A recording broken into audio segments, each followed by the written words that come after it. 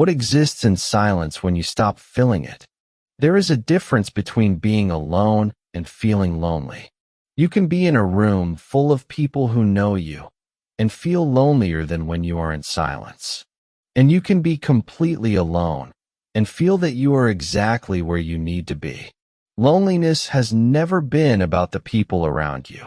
It has been about the distance between who you are and who you can be when you are with others.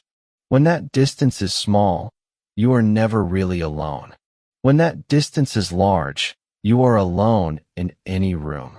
You grew up in a Brazil where silence was suspicious, where being alone was loneliness, with the negative connotation that the word carries, where not having anything to do was a problem to be solved. A full schedule, a group of friends, a present family, work that never stops. All of this has functioned, over decades, as a systematic filling of every empty space. And filling has a purpose. It is not pathological. It is human. But when filling becomes a reflection, when you can no longer stay in silence for 15 minutes without picking up your phone, without turning on the TV, without finding something urgent to solve, then filling is not about connection. It is about escape. What are you escaping from when you compulsively fill the silence? It could be the anxiety that arises when you stop. It could be the question that is waiting in the silence, the one you know is there and prefer not to confront. It could simply be the discomfort of being with yourself without any task to justify your presence. Silence is not empty. It is the place where the most important questions wait, patiently, because they know you will have to face them eventually. Filled loneliness is postponed loneliness, and the bill comes due, usually at an inconvenient moment, in a silence you did not choose, in a forced pause that makes everything you were avoiding appear all at once. You are 52 years old, and there are people around you, family, friends, colleagues, the network built over decades. You are not isolated in the objective sense, but there is a specific loneliness that middle age brings, and that is different from any loneliness you have experienced before. It is the loneliness of someone who has lived long enough to have versions of themselves that no one else knows completely.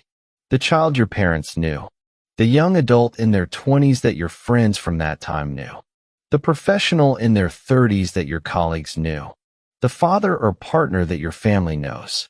Each version was real, but no one in your life has been present for all of them. This creates a very specific loneliness, the feeling that the complete story of who you have become exists only for you, that no one has access to the entire arc, that you carry a narrative that is longer and more complex than any version you have managed to share with someone. The loneliness of 50 is not about having no one. It is about carrying more than anyone around you can hold with you. And here is the paradoxical gift that this loneliness brings. It is a sign that you have depth, that your story has layers, that you are more than any role you occupy in any relationship. The loneliness of 50 is not a problem to be solved. It is a given to be understood. It is the sign that you have reached a point where the most important relationship you have, and the most neglected, is with yourself. By not resolving it, just being with it, it reveals things that no companion can reveal. Loneliness reveals what you really think when no one is influencing your thoughts. The real values, not the ones you declare, but the ones that appear when there is no audience.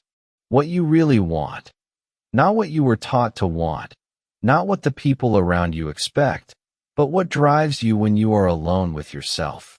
It also reveals what you avoid, the thought that appears as soon as silence begins, and that you quickly turn to your phone to avoid completing. That thought, which you systematically interrupt, is probably the most important one you have.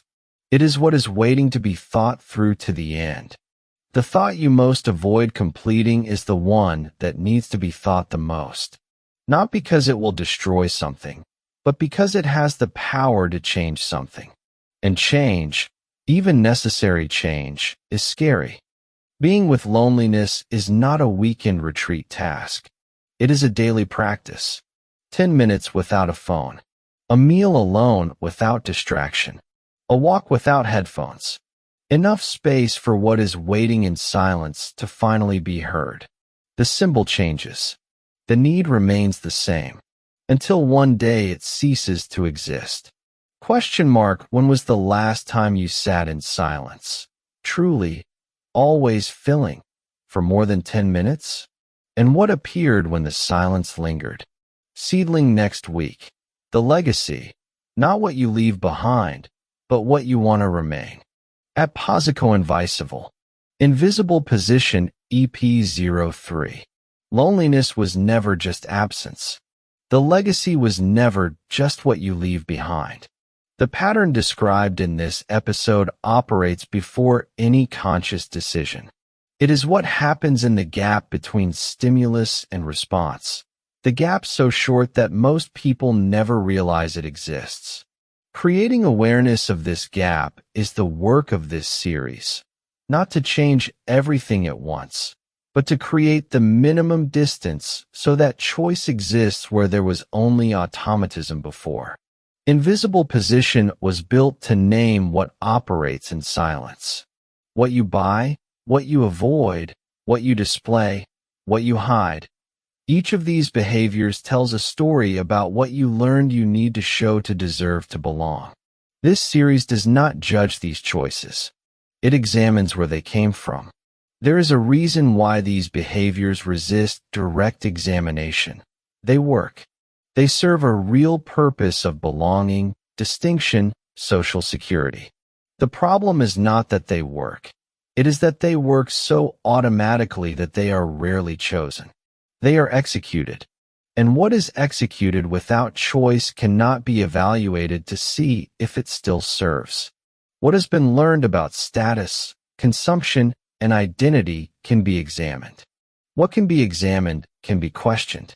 And what can be questioned can, with time and honest work, be consciously chosen, kept because it genuinely serves, or set aside because it served a previous version of you that no longer exists.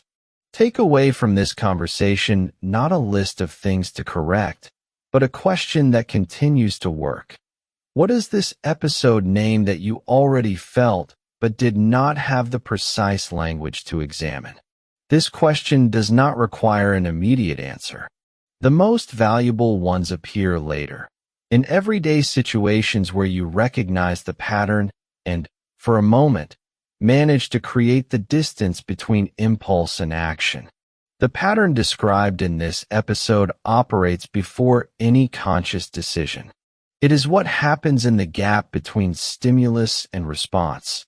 The gap so short that most people never realize it exists. Creating awareness of this gap is the work of this series. Not to change everything at once, but to create the minimum distance so that choice exists where there was only automatism before.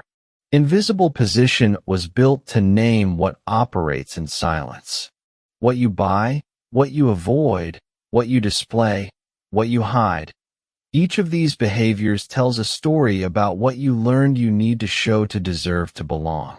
This series does not judge these choices. It examines where they came from.